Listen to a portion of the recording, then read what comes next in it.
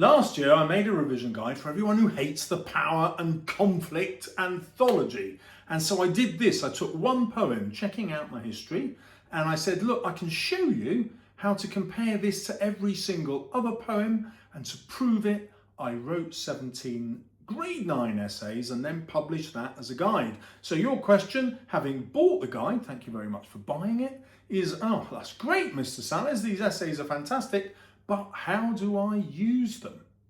What are you going to do? Flick through the anthology, find the poems that you know best or like most, and decide how many you're willing to revise.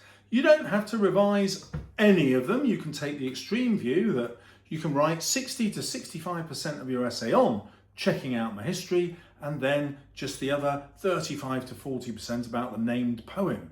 You'll know enough about that named poem when you see it to be able to find quotes to compare to checking out my history.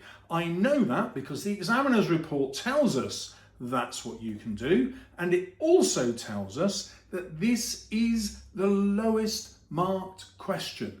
Knowing 15 poems is impossible for most students, and so they score really badly because they're just trying to spend time remembering stuff in the exam.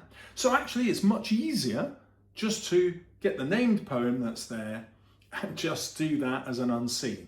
Well, what if the named poem is checking out my history? That's where reading some of the other essays is going to come in, and where comparing it to the poems that you like comes in. You only really need 2 other poems. Pick one which is a war poem and one which isn't. Then you will be able to compare no matter what the named poem. So you're going to read the essay on that war poem and on that non-war poem that's just about power of some sort, and that's 3 poems done and dusted. If you want to increase your chances of having revised the named poem, then just think, how many poems am I willing to revise? Go to the anthology, tick the ones that will fit that number. Pick your top 5, your top 8, whatever number suits you. Do you need to revise all 15? So I'm going to advise you 100% not to, unless you're convinced you will be able to remember it.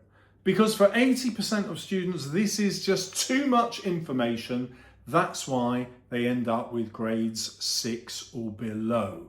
You might as well not fill up your head with rubbish and fill it instead with your revision for the other literature texts. Or some of you might be taking other exams and you want to get great grades in those. Crack on. Oh, just in case you're wondering, you can get the guide down there.